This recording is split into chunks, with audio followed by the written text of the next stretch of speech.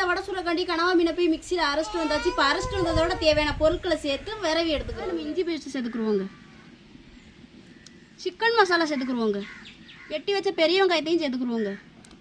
ஒரு பச்சை மிளகாய் வெட்டி வச்சுருக்கோம், அதையும் சேர்த்துக்குருவோங்க. ஒரு முட்டை சேர்த்துக்குருவோம். தேவையான உப்பு சேர்த்துக்குருவோங்க. 2 கொத்தமல்லி இலை தூவிக்கிறோம்.